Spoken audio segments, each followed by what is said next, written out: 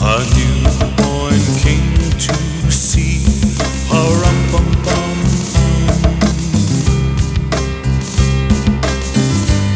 our finest gifts we bring,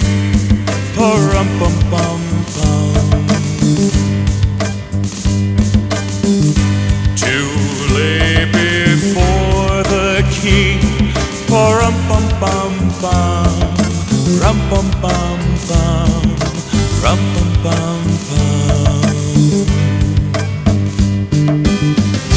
So to honor him,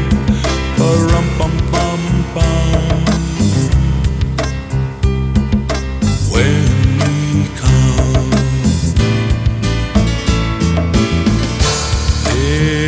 little baby,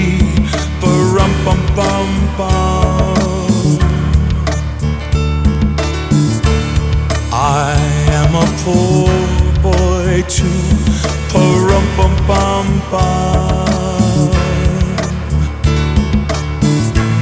I have no gifts to bring,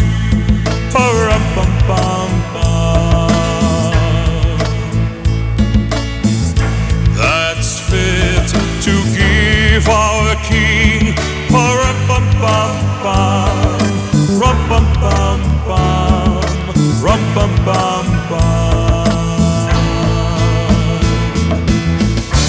shall I play for you,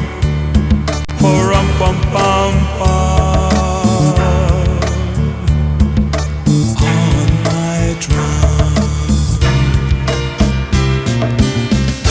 Very nodded,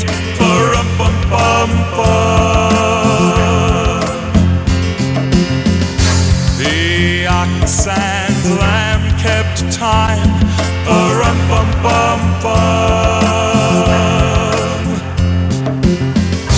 I played my drum for him,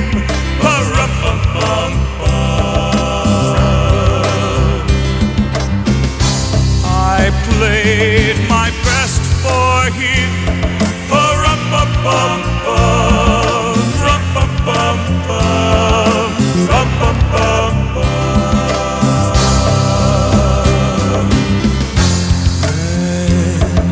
he smiled at me, be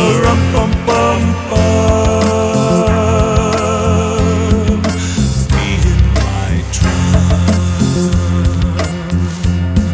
be in my drum, be in my drum.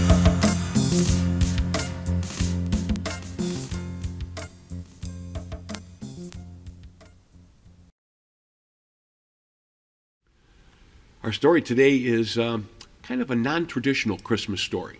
It's one of my favorites. I've had it for years, and I read it every year around this time because it has all of the greatest elements of Christmas. It's about new birth. It's about generosity and kindness. It's about truly learning the importance of loving one another. This is one of my favorite stories, The Little Rose of Sharon. The Little Rose of Sharon, a story of self-sacrifice, written by Nan Gurley and illustrated by Tim Jonke. Spring came to the newly made world, and every day a certain little flower grew taller and more beautiful. Surely the Creator will be proud of me, she hoped, as the color deepened in her petals. The little rose watched as the hills and valley of Sharon came to life. Daffodils grew on the hillside, almond trees bloomed full and white, and the sweet smell of myrtle blossoms filled the air. As the large green leaves on the fig tree above her danced gently in the breeze, the little rose looked up and saw a dove sitting on a nest made of twigs and grass. Inside the nest was a tiny white egg. While the mother dove flew over the hillside looking for seeds and nuts, the father dove sat on the egg and made soft cooing sounds. Someday, very soon, thought the little rose, the baby dove will hatch out of its egg. Early one morning, as the sun peeked over the eastern sky, the little rose saw the Creator.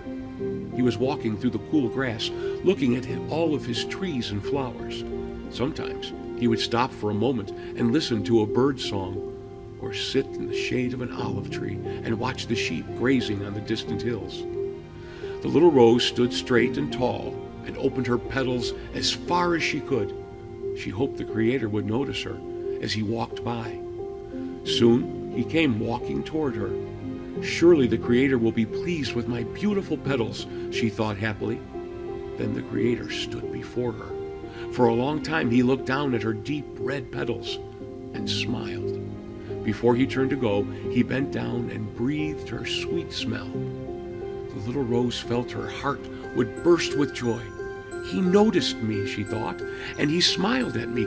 Truly, he must think I am beautiful. Later that evening, as she drifted off to sleep, the little rose was still remembering the smile of the Creator. During the night, a storm rolled in from the Mediterranean Sea. The wind howled through the trees and rain beat down on the shrubs and the flowers. The little rose bent and swayed in the storm. She was frightened of losing her petals. As the rain beat against her, she held on to her petals with all of her strength. Finally, the storm ended. When the morning light filled the sky, the little rose was proud to see that none of her petals had fallen to the ground. But when she looked down, she saw a white shape on the ground below her. It was the dove's egg, nestled deeply in the grass. It must have fallen out of the nest during the storm, she thought. Surely the mother and father dove will find it. She wished she could call out to them and tell them where the egg was lying. But she could only watch as the doves flew back and forth, looking for the egg and making sad and mournful sounds. All day, the doves searched for the tiny egg, but they never saw it in the grass beneath the rose. When the sky began to darken, the doves flew back to the branches of the fig tree. If the egg is not kept warm, the baby dove inside of it will die, thought the little rose, as the cool evening breeze began to blow. She was sad to think that the baby dove might never break out of its shell and learn to fly. If only I could keep it warm. As the moon slowly rose to cover the sky, covering it with silver light, the little rose thought of the only way she could keep the egg warm through the chilly night. One by one, she dropped her petals and covered the tiny white dove's egg. When the last one fell and the rose petal blanket was complete, the little rose fell asleep to the mournful cooing of the doves. Early the next morning, the little rose was awakened by tiny chirping sounds. What could it be, she wondered, and then she noticed the smallest movements beneath the fallen petals. Suddenly, a tiny dove's beak poked out from beneath the rose petal blanket. The baby dove is alive, she thought with joy, as the chirping grew louder. The mother and father dove heard the baby dove and flew down from the fig tree. The little rose watched as they lifted their baby from the rose petals and carried it back to their nest. Later that morning, as the little rose was listening to the gentle cooing of the doves, she saw the Creator walking on the hillside. Oh dear, she thought, I hope he doesn't notice me. Without my petals, I am no longer beautiful. The little rose was so ashamed, she looked down. But when the Creator stood before her, he gently reached out and touched her stem. You have given all you had to save the life of the baby dove, said the Creator. The little rose felt warm inside at the sound of his voice. One day, when my son lives on this earth, he too will give everything he has. The little rose looked up into the gentle eyes of the Creator. Because of the love you have shown for the baby dove, I will call my son the Rose of Sharon, for he too will give everything he has and show the world my love.